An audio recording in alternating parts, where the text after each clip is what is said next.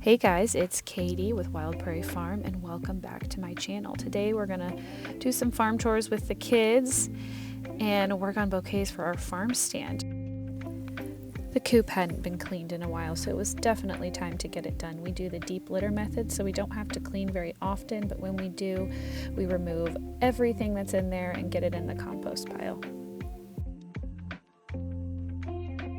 The kids actually had a really good time cleaning up the chicken coop, and I was really proud of them. They worked really great as a team, and the hens enjoyed their brand new coop, as you could say, just all the shavings. It was nice and fresh, and they appreciated it. And the kids did too. They actually played out here with the hens for quite a while after we were done.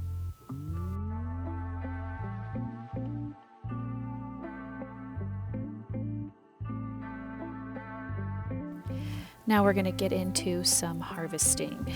There's always something that needs to be harvested. These jalapenos are so prolific. This is the Mucho Nacho variety. They are larger, they're great for jalapeno poppers and just salsa and anything else you can do with it.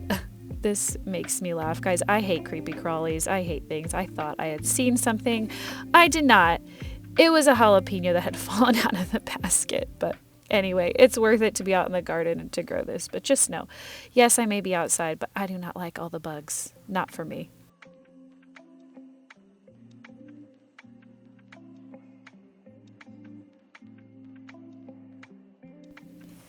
And it never fails. There is always a hen out, so here you're going to see me wrangle one of them and get her back in. We do have the fence around that could be electrified, but we just don't do that because of the kids, to keep them safe. And normally it's not an issue and the girls jump right back in. I just don't want them in the garden. Now it's time for my favorite part, which is the bouquet making, of course. So here's all of the flowers we are going to use in this week's farm stand bouquets.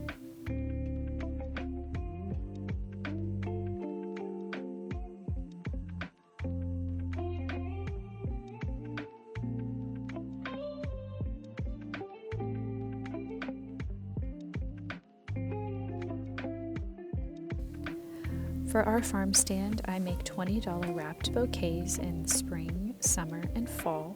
In the spring, we have tulips, daffodils, ranunculus, peonies soon. In the summer, we have our summer annuals, and same in the fall. Those also carry us through to the fall. Usually, each bouquet has around 10 to 12 stems in them.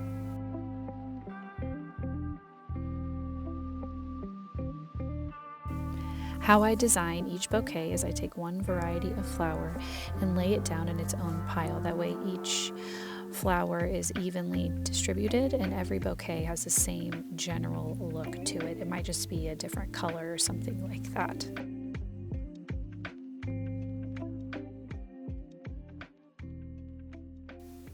So my favorite flowers to grow in the summer are zinnias and sunflowers. Of course, sunflowers, being a Kansas girl, it's our state flower. The zinnias, though, they are absolutely beautiful and they come in a wide variety of colors and sizes.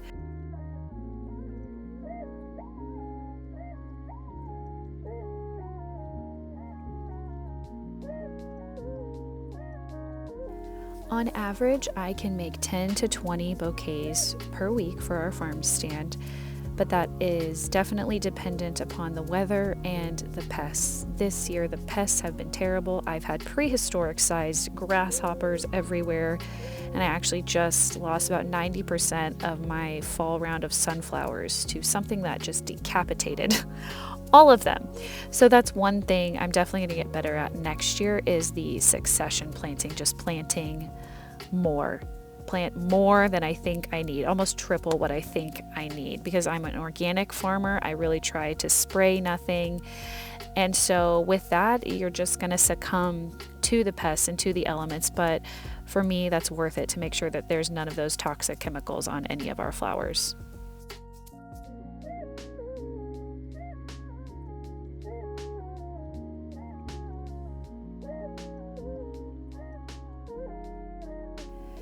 Now, when it comes to the bouquet design, there's really no method to the madness. I grab the foliage first and start there. grab a few of the larger focal flowers and then just start building around it. I do like to make sure that my bouquets do have dimension and texture to keep your eye interested and moving.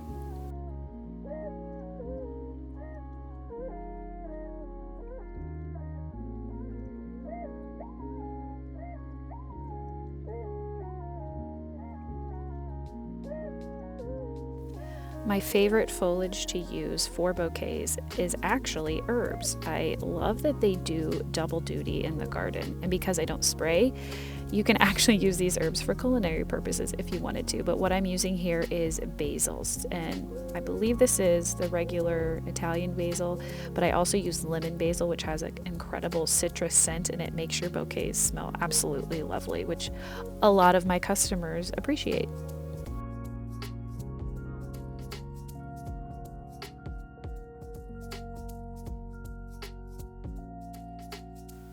The sunflowers I'm using in the bouquet are pro-cut sunflowers, which are pollenless, and they're just a single stem. And there's pro-cut gold light and the pro-cut white light, and I love them because of the lighter center, and they're great for that early summer, midsummer use. Just they bring a lighter, airier feel. And we'll do the darker centered sunflowers for the fall time.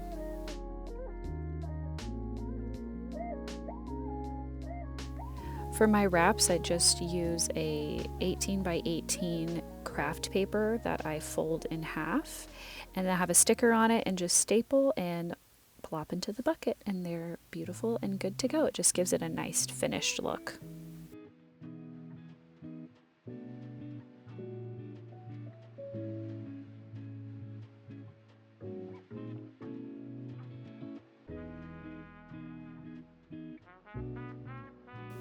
After you harvest your flowers, you don't want to use them right away just because you've cut off their water source. So you want to let them hydrate for at least a few hours before you start working with them to make sure anything that's flopped over stiffens back up and straightens back up before you use it, so you know how it's going to look in your bouquet.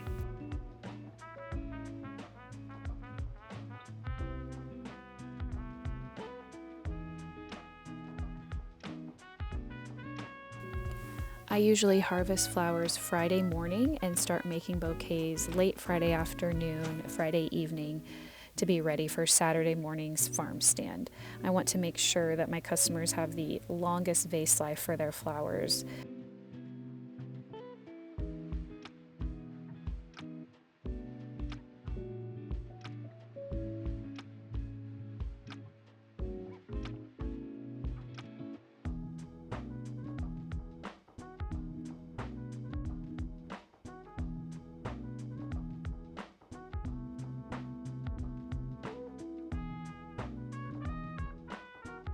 And here they are, ready for the farm stand. It was actually a great farm stand week. I love the summertime because we're able to have flowers and veggies out in the stand.